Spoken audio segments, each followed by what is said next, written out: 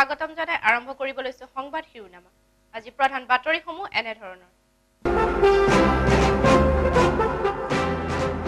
JCC চেনেলৰ দ্বাৰা আয়োজিত সন্ধিয়াত নৰ্থ ইষ্ট ব্ৰিজৰ বৰ্ণাঢ্য সংগীতানুষ্ঠান।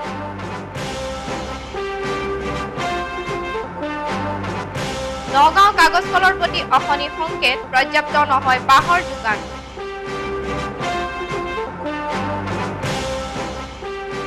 পবিতৰা উন্নয়নৰ বাবে 9 কোটি টকাৰ চৰকাৰী আঁচনি।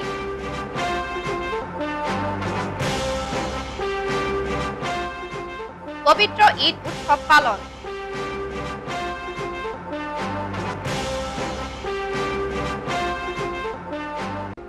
আৰু মৰিগাঁও জিলাতো এইডছৰ ভয়াৱহতা বৃদ্ধি পাইছে।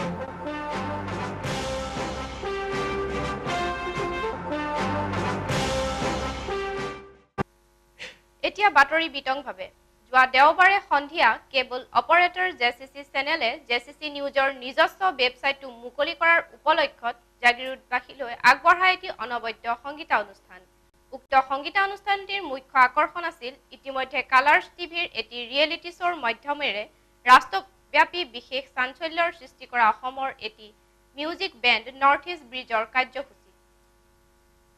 জনপ্ৰিয় টিভি চেনেল কলাৰ্জে সম্প্ৰচাৰ কৰি থকা আইডিয়া ৰক্স ইণ্ডিয়া নামৰ মিউজিক বেণ্ড সম্পৰ্কীয় ৰাষ্ট্ৰভিত্তিক ৰিয়েলিটি শ্ব'ত নিজস্ব দক্ষতাৰ মাধ্যমেৰে চূড়ান্ত প্ৰতিযোগিতাৰ স্তৰলৈ গতি কৰা অসমৰ সংগীত বেণ্ড নৰ্থ ইষ্ট ব্ৰিজে যোৱা দেওবাৰে ইয়াৰ বৰ্ণময় ছন্দময় সংগীতানুষ্ঠানৰ জৰিয়তে প্ৰায় 3 ঘণ্টা জুৰি জাগিৰোডত দৰ্শক শ্ৰোতাৰ মনত বিশেষ লহৰ তুলিবলৈ সক্ষম হয়। বেণ্ডটিৰ সংগীতৰ ঢৌত উটি বুৰি যোৱা দৰ্শকে ডিচেম্বৰৰ শেষৰ ফাললৈ অনুষ্ঠিতব্য কলাৰ্ছ টিভিৰ এই ৰিয়েলিটি শ্ব'ত অসমৰ 6জনীয়া সদস্যৰ এই মিউজিক বেণ্ডটোৰ সাফল্যৰ ক্ষেত্ৰত ভোটদানৰ অংগীকাৰেৰে কৰতালিৰে অভিবাদন জনায়। উল্লেখযোগ্য যে প্ৰথমবাৰৰ বাবে জাগিৰোডৰ মাটিত ৰাষ্ট্ৰভিত্তিত আলোড়নৰ সৃষ্টি কৰা ফিউজন বেণ্ড এটিয়ে এইদৰে সংগীতানুষ্ঠান পৰিৱেশন কৰেহি। সংগীতানুষ্ঠানটি জেচিচি চেনেলে নিজা উদ্যোগত আয়োজন কৰাৰ লগতে দৰ্শক শ্ৰোতাক ইয়াৰ বিনামূলীয়া সোৱাদ গ্ৰহণৰ বিৰল সুযোগ প্ৰদান কৰে। অনুষ্ঠানটিৰ লাইভ সম্প্ৰচাৰৰো ব্যৱস্থা কৰে আমাৰ চেনেলটিয়ে। মিউজিক বেণ্ডটিত অংশগ্ৰহণ কৰা সদস্য 6জনে স্বতঃস্ফূৰ্তভাৱে কেইবাটিও ফিউজন সংগীত পৰিৱেশনৰ লগতে হিন্দী গীতৰ শেহতীয়া কেইবাটিও এলবামৰ জনপ্ৰিয় গীত দৰ্শক শ্ৰোতাৰ অনুৰোধক্ৰমে পৰিৱেশন কৰে। ঠাহ খাই থকা জাগিৰোড কলা মন্দিৰৰ দৰ্শকৰ পৰা লাভ কৰা আগ্ৰহ আৰু তেওঁলোকৰ ৰসগ্ৰাহিতাৰ আবেদনে বেণ্ডটিৰ সদস্যসকলক আপ্লুত কৰা বুলিও তেওঁলোকে পিছত জানিবলৈ দিয়ে। জাগিৰোডত আহি আমাৰ আটাইকেইজনৰ খুব ভাল লাগিছে আৰু যি সঁহাৰি পাইছোঁ এইটো মানে আমাৰ কাৰণে মানে যিমান আমি নাছিলোঁ ইমান ভাল সঁহাৰি পাম বুলি আকৌ আহিম। উল্লেখযোগ্য যে কলাৰ্ছ টিভিত একাধিক শ্ব'ত অংশগ্ৰহণ কৰাৰ পিছত ৱাইল্ড কাৰ্ডৰ জৰিয়তে বেণ্ডটিয়ে ফাইনেলছত প্ৰৱেশ কৰিছে। ইতিমধ্যে বেণ্ডটিয়ে দিল্লীৰ প্ৰগতি ময়দানত আয়োজিত অসম দিৱসতো অংশগ্ৰহণ কৰিছে ৰাজ্যিক সাংস্কৃতিক সঞ্চালকালয়ৰ সৌজন্যত। দলটিয়ে ৰঙিয়া, গুৱাহাটী, বোকাজান, শিৱসাগৰ, ডিব্ৰুগড়, জাগিৰোডৰ লগতে আন বহুতো ঠাইত ইতিমধ্যে অনুষ্ঠান পৰিৱেশন কৰিছে। নৰ্থ ইষ্ট ব্ৰিজৰ অনুষ্ঠানৰ আগেয়ে জাগিৰোডৰ 3গৰাকী উদীয়মান গায়ক গায়িকাই পৰিৱেশন কৰে তেওঁলোকৰ সংগীতানুষ্ঠান। দীপলিনা ডেকা, শ্যামলী চেতিয়া আৰু বিপুল কাঠাৰৰ গীতৰ সহায়ৰ প্ৰতিও দৰ্শকসকলে স্বতঃস্ফূৰ্তভাৱে সঁহাৰি জনায়। ভিন্ন স্বাদৰ গীতৰ এই পৰিৱেশনাৰ জৰিয়তে পুনৰ প্ৰমাণিত হ'ল যে গুণী সাধনালব্ধ প্ৰতিভাৰ প্ৰতি ৰাইজৰ আগ্ৰহ সদায় অটুট আছে। সংগীতানুষ্ঠানত আমন্ত্ৰিত গায়ক গায়িকা তথা বাদ্যযন্ত্ৰীসকলক জেচিচি চেনেলৰ পৰিয়ালৰ পৰা আগবঢ়োৱা হয় উষ্ণ সম্ভাষণ।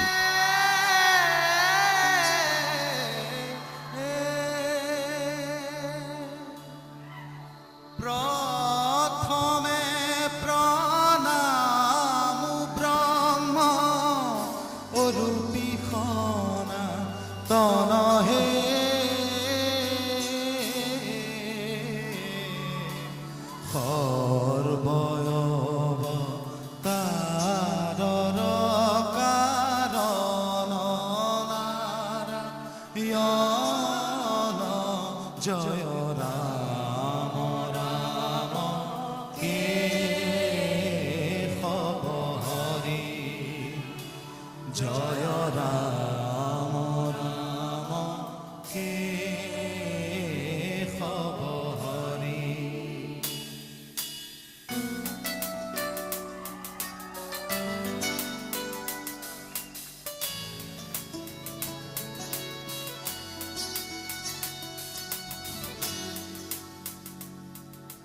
दिल ने तुमको चुन लिया है, तुम भी इसको चुनो ना। ख्वाब को ही देखता है तुम भी सपने बुनो ना। চাৰিজনকৈ সাহসী যুৱকক গুৱাহাটী মহানগৰ আৰক্ষীয়ে অলপতে সম্বৰ্ধনা জ্ঞাপন কৰে সোণাপুৰত। অপৰাধমুক্ত সমাজ গঠন আৰক্ষী আৰু ৰাইজৰ ভূমিকা শীৰ্ষক এখনি আলোচনা চক্ৰ আয়োজন কৰি সোণাপুৰ আৰক্ষীয়ে সমাজ সচেতনা বৃদ্ধিৰ প্ৰয়াসৰ লগতে অপৰাধীক কৰায়ত্ব কৰাৰ ক্ষেত্ৰত সহায় কৰা যুৱক কেইজনলৈ এই সন্মান প্ৰদান কৰে। যোৱা দেওবাৰে মহানগৰ আৰক্ষীয়ে সোণাপুৰৰ এই চাৰিজন যুৱকক তেওঁলোকৰ সাহসিকতাৰ বাবে সন্মান পত্ৰৰে সন্মানিত কৰে। যোৰহাটৰ কেইজনমান যুৱকে গুৱাহাটীৰ পৰা এগৰাকী যুৱতীক অপহৰণ কৰি অনাৰ খবৰ আৰক্ষীয়ে পোৱাৰ লগে লগে সোণাপুৰ আৰক্ষীলৈ প্ৰেৰণ কৰিছিল আৰু সেই মুহূৰ্তত সোণাপুৰ আৰক্ষীয়ে এই চাৰিজন যুৱকক তেওঁলোকৰ ব্যক্তিগত গাড়ীকেইখন ৰাস্তাত থিয় কৰাই অপহৰণকাৰী যুৱককেইজনক ৰখোৱাৰ চেষ্টা কৰিবলৈ অনুৰোধ কৰিছিল। সেই অনুৰোধ ক্ৰমেই এই চাৰিজন যুৱকে তেওঁলোকৰ ব্যক্তিগত গাড়ীকেইখন ৰাস্তাত ৰখাই আৰক্ষীক সহায় কৰিছিল। অৱশ্যে গাড়ী এনে ভেদ ভাঙিও অপহৰণকাৰীকেইজন পলাই যাবলৈ চেষ্টা কৰে যদিও আৰক্ষীৰ গুলীত এজন নিহতও হয়। তেওঁলোকৰ এই সাহসিকতাৰ বাবেই গুৱাহাটী মহানগৰ আৰক্ষীয়ে তেওঁলোকলৈ এই সন্মান প্ৰদান কৰিছে। ASI ছাৰে আমাক ক'লে গাড়ী এটা ছোৱালী অপহৰণ কৰি লৈ আহি আছে, তোমালোকে অলপ সহযোগ দিয়া। তো সহযোগ দিয়াৰ পিছত আমাৰ চাৰিখন গাড়ী দি আমি ৰাস্তা ভেটি দিছিলোঁ। ভেটি দিয়াৰ পিছত দুইখন গাড়ী আমাক খুন্দিয়াই গুচি গ'ল। তো দুইখন গাড়ী আমি ধৰক বাচি আছিলোঁ। দুইখন গাড়ীত আমি তিনিজনে গৈ গাড়ীখনক আগতি ধৰিলোঁ। ধৰাৰ পিছত থানাৰ মানুহ আমাৰ লগে লগে পিছে পিছে আছে। গৈ পেলাই ধৰাৰ পিছত সিহঁতৰ মানুহকেইটা দৌৰিছিল। দৌৰাৰ পিছত আমি পথাৰত গুচি গ'লোঁ দৌৰি আনি থানালৈ জপাই দিলোঁ। বতৰটো পাই ভালে লাগিছে। ভাল পায় আৰু বেলেগ ঠাইৰ পৰা ৰাইজসকলে যদি পুলিচক সহযোগ কৰে ভাল হ'ব আমাৰ কাৰণে। এনেকৈ সদায় চলাটো মিলিজুলি ভাল, পুলিচক সহযোগ কৰিব লাগে। ইয়াৰ লগতে সংগতি ৰাখি অপৰাধমুক্ত সমাজ গঠনত আৰক্ষী আৰু ৰাইজৰ ভূমিকা শীৰ্ষক এখনি আলোচনা চক্ৰও অনুষ্ঠিত হয়। উক্ত আলোচনা চক্ৰত স্থানীয় বহুতো ব্যক্তিয়ে অপৰাধমুক্ত সমাজ গঠনৰ ক্ষেত্ৰত আৰক্ষী আৰু ৰাইজৰ ভূমিকাৰ কথাও প্ৰকাশ কৰে। সভাত গুৱাহাটী মহানগৰৰ জ্যেষ্ঠ আৰক্ষী অধীক্ষক প্ৰদীপ চন্দ্ৰ সালৈৰ উপৰিও কেইবাজনো আৰক্ষী বিষয়া উপস্থিত আছিল। মূলতঃ বাঁহৰ ওপৰতে ভিত্তি কৰি গঢ় লৈ উঠা স্থানীয় ৰাষ্ট্ৰীয় উদ্যোগ নগাঁও কাগজ কল বৰ্তমান এক গভীৰ সংকটত নিমজ্জিত হৈছে। কাগজ উৎপাদনৰ মূল কেঁচা মাল বাঁহৰ যোগানত সৃষ্টি হোৱা কেতবোৰ বাধাৰ পৰিপ্ৰেক্ষিতত আমাৰ এটি ৰিপৰ্ট। দৈনিক 1000 মেট্ৰিক টন বাঁহৰ চাহিদাৰে বৰ্তমানে চলি থকা হিন্দুস্তান কাগজ নিগমৰ অধীনৰ কাগজ উৎপাদনৰ উদ্যোগ নগাঁও কাগজ কল বৰ্তমানে এক গভীৰ সংকটৰ সন্মুখীন হৈছে বাঁহৰ যোগানৰ ক্ষেত্ৰত সৃষ্টি হোৱা অন্তৰায়ৰ বাবে। স্থানীয়ভাৱে সংগৃহীত বাঁহৰ দাম দূৰৈৰ পৰা সংগৃহীত বাঁহৰ দামতকৈ আপেক্ষিকভাৱে কম। কিন্তু উদ্যোগটোৱে গ্ৰহণ কৰা এই ক্ৰয় নীতিৰ আছিলালৈ দুষ্ট চক্ৰই স্থানীয়ভাৱে সংগৃহীত বাঁহকে দূৰৈৰ পৰা সংগৃহীত বাঁহ হিচাপে দেখুৱাই অত্যাধিক লাভৰ সুযোগ গ্ৰহণ কৰা বুলি অভিযোগ উঠিছে। এই পেপাৰ মিলৰ কমপ্লেইন হ'লে ইয়াতো এই ধৰমটোৰ ৰাতিপুৱা যে গাড়ী ধৰিছে 200 টকাকৈ লাগে। ভিতৰত আমি 500 টকা দিওঁ। আমাৰ লোকেল ড্ৰাইভাৰ যায়, যি কৰে আমি নাজানো। লেবাৰ 400 টকা লয় আৰু আপোনাৰ ফৰেষ্টাৰে 20 টকা 10 টকা যি এটা পায় আৰু চাহ পানী এইটো। ইয়াৰ ফলত উদ্যোগটোৰ আৰ্থিক ক্ষতি হৈছে। ইফালে বাঁহ লৈ অহা ট্ৰাকবোৰক যাত্ৰাপথত ৰাস্তাত ৰখাই অন্যায়ভাৱে ধন তোলাৰ ফলত ক্ষতি হৈছে বাঁহ ব্যৱসায়ীৰ। ফাৰ্ষ্ট ডিলাইট 200 টকা দিব লাগে পুলিচ, তাৰপিছত আহি মাঞ্জা এই ফৰেষ্টৰ 120 টকা দিব লাগে, মাঞ্জা পুলিচ 200 টকা দিব লাগে, লংনি 100 টকা দিব লাগে, তাৰপিছত পাটাৰ ৰিচাৰ্জ তাতে 100 টকা দিব, 120 হয়। এইটো হোমগাৰ্ড 20 টকা, তাৰপিছত বকলীয়া 200, তাৰপৰা আহি ফলনি 50 টকা, দমকা 200, তাৰপিছত এই পাৰখোৱা ফৰেষ্ট এইটো টিপি য'ত যোনে টিপি কাটে তাক 50 টকা দিব লাগে। প্ৰকৃত বাঁহ উৎপাদকে ব্যৱসায়ীৰ পৰা সেইবাবে বঞ্চিত হ'ব লগা হৈছে উচিত মূল্যৰ পৰা। ইয়াৰ ফলত নামনি অসমৰ বহু বাঁহ উৎপাদকে ৰেলেৰে ৰাজ্যৰ বাহিৰলৈ বাঁহ যোগান ধৰা ব্যৱসায়ীক বাঁহ যোগান ধৰিছে আৰু নগাঁও কাগজ কলত বাঁহৰ অভাৱ ঘটিছে। শেহতীয়াভাৱে পবিতৰা অভয়াৰণ্যৰ উন্নয়নৰ দিশত চৰকাৰে অধিক গুৰুত্ব প্ৰদান কৰা দেখা গৈছে। বিশ্বৰ ভিতৰতে সৰ্বাধিক ঘনত্বৰ এক খৰ্গ বিশিষ্ট গড়ৰ আৱাসস্থল পবিতৰা উন্নয়নৰ কল্পে চৰকাৰে শেহতীয়াভাৱে 9 কোটি টকাৰ এক আঁচনি গ্ৰহণ কৰিছে। মৰিগাঁও জিলাৰ গৌৰৱস্থল পবিতৰা অভয়াৰণ্যৰ বাবে সুখবৰ অভয়াৰণ্যখনিৰ সামগ্ৰিক উন্নয়নকল্পে চৰকাৰে আগবঢ়াব 9 কোটি টকা অভয়াৰণ্যখনিৰ পৰিকাঠামোৰ প্ৰতি লক্ষ্য ৰাখি আগবঢ়োৱা এই ৰাজসাহায্যই পাৰ্কখনিলৈ এক নতুন উৎসাহ কঢ়িয়াই আনিব বুলি আশা কৰিছে সচেতনজনে পাৰ্কখনি সুচাৰুৰূপে পৰিচালনা কৰাৰ ক্ষেত্ৰত অৰ্থৰ অভাৱে এক বিশেষ অন্তৰায়ৰ সৃষ্টি কৰি আহিছিল শেহতীয়াভাৱে পবিতৰাই ইয়াৰ নিজস্ব বৈশিষ্ট্যৰ গুণে অধিক পৰ্যটকক আকৰ্ষিত কৰিবলৈ সক্ষম হৈছে আৰু পাৰ্কখনিৰ আয়ু বৃদ্ধি পাইছে পাৰ্কখনিৰ সুৰক্ষাৰ বাবে এতিয়া 9টা নতুন সুৰক্ষা শিবিৰ স্থাপন কৰা হ'ব আৰু পুৰণি সুৰক্ষা শিবিৰসমূহৰো মেৰামতি কৰা হ'ব পবিতৰাৰ চৌপাশে নিৰ্ভৰযোগ্য বেৰাৰো ব্যৱস্থা হ'ব এই আঁচনিৰ অধীনত 2009 চনৰ পৰিসংখ্যা মতে পবিতৰাত আছে মুঠ 84টা গড় যিহেতু বছৰি হোৱা বানপানীয়ে পবিতৰাৰ অভ্যন্তৰত পশুকুলৰ প্ৰতি বিশেষ দুৰ্যোগৰ সৃষ্টি কৰি আহিছে পাৰ্কখনিৰ ভিতৰত এনে দুৰ্যোগৰ সময়ত পশুকুলৰ সুবিধা হোৱাকৈ ওখ ঠাই তথা ঢিপ সৃষ্টিৰো আঁচনি গ্ৰহণ কৰিছে কৰ্তৃপক্ষই অভয়াৰণ্যৰ এলেকাৰ বাহিৰলৈ গড় হততে ওলাই যাব যাতে নোৱাৰে ইয়াৰ বাবে আবণ্টিত এই ধনৰাশিৰ এক অংশ খৰচ কৰা হ'ব ইলেক্ট্ৰিক ফেন্সিং দিয়াৰ বাবে পবিতৰাৰ গড় এনেদৰে বাহিৰলৈ ওলাই যোৱাৰ সুবিধা গ্ৰহণ কৰি আহিছে চোৰাং চিকাৰীয়ে বহু সময়ত এতিয়া বৈদ্যুতিক ফেন্সিঙৰ ব্যৱস্থা হ'লে এই ক্ষেত্ৰত কিছু সকাহ পোৱা যাব বুলি আশা কৰিব পাৰি তাৰোপৰি পাৰ্ক এলেকাৰ বাহিৰৰ কাষৰীয়া অঞ্চলৰ মানুহৰ ঘৰচীয়া জীৱ-জন্তু সহজেই পাৰ্কৰ এলেকাত প্ৰৱেশ কৰে যি পাৰ্কৰ পৰিচালনাত বহু অন্তৰায়ৰ সৃষ্টি কৰি আহিছে এনে ফেন্সিঙে এতিয়া এই সমস্যাটোৰ প্ৰতিৰোধতো সহায় কৰিব তাৰোপৰি এই আঁচনিৰ আবণ্টিত ধনৰাশিৰ এক অংশ খৰচ কৰা হ'ব কাষৰীয়া এলেকাৰ লোকৰ বাবে গাই আৰু আন ঘৰচীয়া জন্তু প্ৰতিপালনৰ মাধ্যমত আত্মনিৰ্ভৰশীল কৰি তোলাৰ দিশত শেহতীয়াভাৱে পাৰ্কখনিত গড়ৰ সংখ্যা চকুত লগাকৈ বৃদ্ধি পাইছে আৰু ইয়াৰ ফলত গড় মানুহৰ সংখ্যাটো বাঢ়িছে অভয়াৰণ্যখনিৰ দুটি গড় ইণ্ডিয়া ৰাইনো ভিজন 2020ৰ প্ৰকল্পৰ অধীনত মানস অভয়াৰণ্যলৈকো যোৱা বৰ্ষত স্থানান্তৰিত কৰা হৈছিল মৰিগাঁও জিলাত এইডছ ৰোগৰ ভয়াৱহতা আগতকৈ বৃদ্ধি পাইছে জিলাখনত এইডছ ৰোগৰ সংখ্যা পূৰ্বৰ 6 জনৰ পৰা 14 জনলৈ বৃদ্ধি পাইছে নিৰ্ভৰযোগ্য সূত্ৰৰ পৰা এই তথ্য লাভ কৰা হৈছে সমগ্ৰ ৰাজ্যখনৰ লগতে মঙলবাৰে মৰিগাঁও জিলা তথা জাগিৰোডতো পালন কৰা হয় এইডছ দিৱস ৰাজ্যখনত এইডছ ৰোগ সম্পৰ্কীয় সচেতনতা এতিয়াও বৃদ্ধি পোৱা নাই মধ্য অসমৰ জিলা মৰিগাঁওতো এই ক্ষেত্ৰত জনজাগৰণতা বৃদ্ধিৰ ক্ষেত্ৰত গ্ৰহণ কৰা সকলো প্ৰচেষ্টা বিফল হৈছে এইডছ ৰোগীৰ পৰিসংখ্যাই এই ক্ষেত্ৰত প্ৰমাণ হ'ব পাৰে জিলাখনত পূৰ্বৰ 6 জনৰ পৰা 14 জনলৈ বৃদ্ধি পাইছে এইডছ ৰোগীৰ সংখ্যা ৰাজ্যখনত এই বছৰ নৱেম্বৰ 1 তাৰিখলৈকে সংগৃহীত তথ্য মতে এইডছ ৰোগীৰ পৰিসংখ্যা হ'লকৈ 3835 জন ইয়াৰে 991 গৰাকী এইডছ ৰোগী তাৎপৰ্যপূৰ্ণভাৱে এইডছ প্ৰতিৰোধ সংস্থাৰ মতে ৰাজ্যখনৰ 152 জন HIV এইডছ ৰোগী হ'লগৈ শিশু মঙলবাৰে জিলা স্বাস্থ্য সঞ্চালকালয়ৰ উদ্যোগত জাগিৰোডত এইডছ সজাগতা সম্পৰ্কীয় এটি সমদল বাহিৰ কৰা হয় সেইদিনা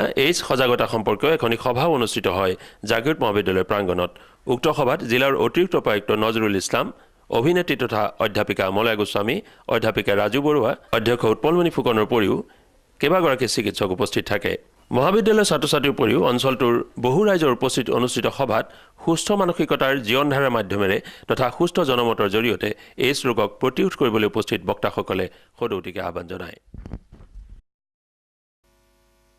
বিভিন্ন দল সংগঠনে সময়ে অসময়ে আহ্বান জনাই অহা বন্ধসমূহৰ প্ৰতি ৰাইজৰ সামগ্ৰিক অৱস্থাৰ পূৰ্ণ প্ৰকাশ ঘটিল এই সপ্তাহত জাগিৰোডত এই সপ্তাহত কমেও দুটি সংগঠনে আহ্বান জনাইছিল অসম বন্ধৰ আৰু কিমান বন্ধ পালিম বন্ধৰ সঘন আহ্বানে চিন্তিত কৰি তোলা সাধাৰণ ৰাইজে লাহে লাহে প্ৰকাশ কৰিবলৈ আৰম্ভ কৰিছে বন্ধ বিৰোধী মানসিকতা কথাই কামে এইবাৰ তাৰেই প্ৰতিফলন ঘটিল উদ্যোগনগৰী জাগিৰোডত মধ্য অসমৰ এক গুৰুত্বপূৰ্ণ বাণিজ্যিক অঞ্চল জাগিৰোডত ৰাইজে সমৰ্থন নজনালে যোৱা সোম আৰু মঙলবাৰে দুই ভিন ভিন সংগঠনে আহ্বান জনোৱা অসম বন্ধৰ আহ্বানৰ প্ৰতি দুয়োদিনা প্ৰায় নিয়মীয়া ধৰণেই চলি থাকিল গাড়ী গুৰা খোলা থাকিল দোকান পোহাৰ আৰু পঢ়িবলৈ আহিল ছাত্ৰ-ছাত্ৰী স্কুল কলেজলৈ ৰাষ্ট্ৰীয় স্তৰৰ উদ্যোগ প্ৰতিষ্ঠান নগাঁও কাগজ কলৰ উৎপাদন তথা সমূহ কাম কাজ স্বাভাৱিকভাৱেই চলি থাকিল বন্ধই নিশ্চয় মানুহক আমুৱাইছে বন্ধসমূহ বন্ধ কৰাৰ ক্ষেত্ৰত জাগিৰোডৰ ৰাইজৰ এই স্বতঃস্ফূৰ্ত ভূমিকাই নিশ্চয় সমাজৰ প্ৰতি এক ইতিবাচক তাৎপৰ্য বহন কৰিছে বজাৰত চলি থকা নিত্য ব্যৱহাৰ্য সামগ্ৰীৰ জুই চাই দামৰ মাজতো সমাজৰ সৰহসংখ্যই নীৰৱে সংগ্ৰাম কৰি আছে জীৱন জীৱিকাৰ বাবে আমি ইয়াৰ খবৰ এইবাৰ কিমান লৈছো জীৱন জীৱিকাৰ তেনে এজন নীৰৱ সংগ্ৰামী জাগিৰোডৰ সমীপৰ মইনাজানৰ গজেন দাস কুটিৰ শিল্পৰ জৰিয়তে আত্মনিৰ্ভৰশীলতাৰ চানেকি ৰচিছে মইনাজানৰ গজেন দাসে। গজেন দাস নামৰ 55 বছৰৰ ঊৰ্ধৰ এই ব্যক্তিগৰাকীয়ে জীৱন যুঁজত কেতিয়াও হাৰ মনা নাই। তেওঁৰ হাতত আছে জীয়াই থকাৰ এক অভিনৱ চাবিকাঠি। তেওঁ এটা বিশেষ হাতৰ কামত পাকৈত। ঘৰতে সহধৰ্মিনীৰ সৈতে তেওঁ মূঢ়া সাজে আৰু সেই মূঢ়াসমূহ স্থানীয় হাতত বিক্ৰী কৰে নিজ হাতে, অথবা সময় পালেই তেওঁ ওলাই যায় জাগিৰোডৰ বিভিন্ন কোণলৈ মূঢ়াৰ বাবে ক্ৰেতাৰ সন্ধানত। এইদৰে মাথো পেটে ভাতেহে চলি আছে যদিও গজেন দাসৰ কোনো বিশেষ আক্ষেপ নাই, কাৰণ পৰিশ্ৰমৰ মৰ্যাদাৰ মূল তেওঁ বুজে। প্ৰায় 18-20 বছৰ জোৰা এই সংগ্ৰামেই তেওঁক হহুৱাইছে, কন্দুৱাইছে। 5জনীয়া পৰিয়ালটোৰ 2জনী ছোৱালীক বিয়াও দিছে এই সংগ্ৰামৰ মাধ্যমেৰেই। তেওঁৰ একমাত্ৰ ল'ৰাটোৱে স্থানীয় এটি ব্যক্তিগত উদ্যোগত হাজিৰা কাম কৰে। দুবাৰমান তেওঁ এই কুটিৰ শিল্পটিৰ প্ৰসাৰৰ আকাংক্ষাৰে দুটিমান স্থানীয় বেংকক ঋণৰ বাবেও আবেদন কৰিছিল, কিন্তু নিজা মাটিৰ পটা নথকাত বাঢ়ৈজনক কোনো বেংকেই সহায় কৰিবলৈ সমৰ্থতা প্ৰকাশ নকৰিলে। বেংকত কৰিছিলোঁ, এতিয়া বেংকৰ কৰিছোঁ, এতিয়া মাটি ৰেজিষ্ট্ৰি বিচাৰিলে। এতিয়া মইতো মাটি অলপ একঠা মাটি লৈছোঁ, কিন্তু ৰেজিষ্ট্ৰি কৰিব পৰা নাই পইচাৰ অভাৱত। এতিয়া চৰকাৰৰ ফালৰ পৰা ৰেজিষ্ট্ৰি নোহোৱাৰ কাৰণে কোনো এটা সুবিধা মোক নিদিলে। উদ্যোগটো ডাঙৰ কৰাৰ বাবে তেওঁৰ হাতত বিশেষ ধনবিধ নাই। আধুনিকতাৰ বাবে কৃত্ৰিম আচবাবৰ প্ৰতিহে ৰাইজৰ এতিয়া অধিক উৎসাহ। বেতৰ বাঁহৰ মূঢ়াৰ ফালে তেওঁলোকে বৰকৈ মূৰ তুলি নাচায়, দাসে আক্ষেপেৰে ক'লে। ডিমাণ্ড নাই। এতিয়া প্লাষ্টিকৰ চেয়াৰ ওলোৱাৰ পৰা ধৰক যিটো মূঢ়া চাহিদাটো একেবাৰে কমি গৈছে। তাৰ মাজতে এতিয়া টুকটাক চলি আছোঁ আৰু।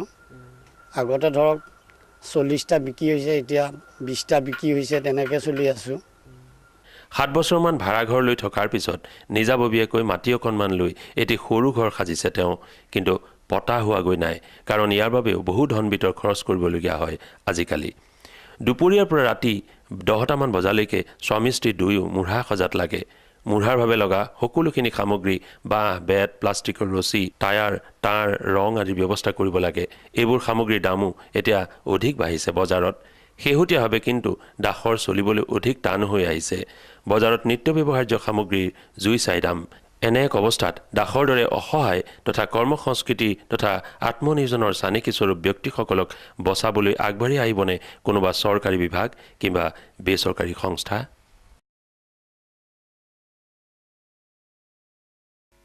ৰাজ্যখনৰ অন্য প্ৰান্তৰ লগতে মৰিগাঁও জিলা তথা জাগিৰোডতো বিশেষ উৎসাহ তথা ধৰ্মীয় ভাৱনাৰ সৈতে উদযাপিত হৈ যায় ইছলাম ধৰ্মীয় লোকসকলৰ পবিত্ৰ অনুষ্ঠান ঈদ উজ জোহা। শনিবাৰে আয়োজিত এই ঈদৰ দিনা জাগিৰোডত বিভিন্ন ঈদগাহ তথা মছজিদত সমবেত হোৱা ধৰ্মপ্ৰাণসকলে সমূহীয়া নামাজ পঢ়াৰ লগতে ভাতৃত্ববোধৰ চিনস্বৰূপে ইজনে সিজনক আঁকোৱালি লয়। ঈদ উপলক্ষত স্থানীয় মছজিদসমূহ বৈদ্যুতিক চাকি আৰু বিভিন্ন ধৰণে আটকধুনীয়াকৈ সজাই তোলা হয়। যোৱা 27 নৱেম্বৰৰ দিনা জাগিৰোডৰ ইন্দিৰানগৰ এলেকাত এঘৰ মানুহৰ পাকঘৰত বিস্ফোৰিত হয় এটা LPG গেছ চিলিণ্ডাৰৰ। ইন্দিৰানগৰৰ ৰাধা গোবিন্দ পালৰ ঘৰত সংঘটিত এই আকস্মিক বিস্ফোৰণত তেওঁৰ ঘৰটোৰ একাংশ অগ্নিস্তূপত পৰিণত হয়। অৱশ্যে ঘটনাৰ ঠিক পিছতেই ফায়াৰ টেণ্ডাৰ, CRPF তথা স্থানীয় ৰাইজৰ প্ৰচেষ্টাত জুই নিৰ্বাপিত কৰিব পৰা হয়। ৰবি শস্যৰ বতৰত অসমৰ কৃষকৰ বাবে সৰিয়হ খেতি অন্যতম। সৰিয়হ উৎপাদনৰ জৰিয়তে ৰাজ্যখনৰ বহু কৃষকে নিজৰ অভাৱ অনাটন পূৰ কৰে, কিন্তু পৰ্যাপ্ত সৰিয়হ উৎপাদনৰ বাবে যেতিয়া বৰষুণৰ অভাৱ হয় তেতিয়াহে সৰিয়হ খেতিৰ কৃষকসকল পৰে নানান সমস্যাত। এই সন্দৰ্ভত এক প্ৰতিবেদন। মৰিগাঁও জিলাৰ পশ্চিমাঞ্চল তথা ব্ৰহ্মপুত্ৰৰ কাষৰীয়া বৃহত্তৰ মায়ং অঞ্চলটো পলসুৱা কৃষিপ্ৰধান অঞ্চল হিচাপে খ্যাত। বৰ্তমান ৰবি শস্যৰ বতৰত বৃহত্তৰ মায়ং অঞ্চলৰ কৃষকে হাজাৰ হাজাৰ বিঘা মাটিত সৰিয়হ খেতি কৰিছে যদিও এই খেতিৰ ভাল উৎপাদনৰ বাবে যি পৰিমাণৰ বৰষুণ হ'ব লাগিছিল তাৰ অভাৱ হোৱাৰ ফলত উৎপাদন হ্ৰাস হোৱাৰ সম্ভাৱনা ব্যক্ত কৰিছে এজন কৃষকে। আমাৰ মায়ং অঞ্চলত বহুত হাজাৰ হাজাৰ বিঘা সৰিয়হ খেতি কৰা হয়, কিন্তু এইবছৰ বৰষুণ নোহোৱাৰ বাবে সৰিয়হৰ উৎপাদনটো আমি যথেষ্ট কম হ'ব বুলি আশা। উল্লেখযোগ্য যে ৰবি শস্যৰ বতৰত বৰষুণে বিঘিনি ঘটোৱাৰ উপৰি আন একাংশ সৰিয়হৰ খেতিত এইবাৰ বিভিন্ন বেমাৰে আক্ৰান্ত কৰাৰ অভিযোগ উঠিছে। তদুপৰি মোৱা পোকেও সৰিয়হ খেতিত আক্ৰমণ কৰাত কৃষকসকল চিন্তিত হৈ পৰিছে। একাংশ কৃষকে এই মোৱা পোকৰ আক্ৰমণৰ পৰা ৰক্ষা পাবলৈ সৰিয়হৰ খেতিত কীটনাশক প্ৰয়োগ কৰা পৰিলক্ষিত হৈছে। এই ক্ষেত্ৰত মায়ং অঞ্চলৰ কৃষকে মৰিগাঁও জিলা কৃষি বিভাগৰ পৰা উপযুক্ত দিহা পৰামৰ্শ আশা কৰিছে। এই সৰিয়হ খেতিটো মানে কিছু সংখ্যক মানে ভাল হৈছে আৰু কিছু ছাইড মানে অলপ বেমাৰ আজাৰ ধৰিছে যদি ইমান প্ৰভাৱ বিস্তাৰ কৰিব পৰা নাই বেমাৰটোৱে।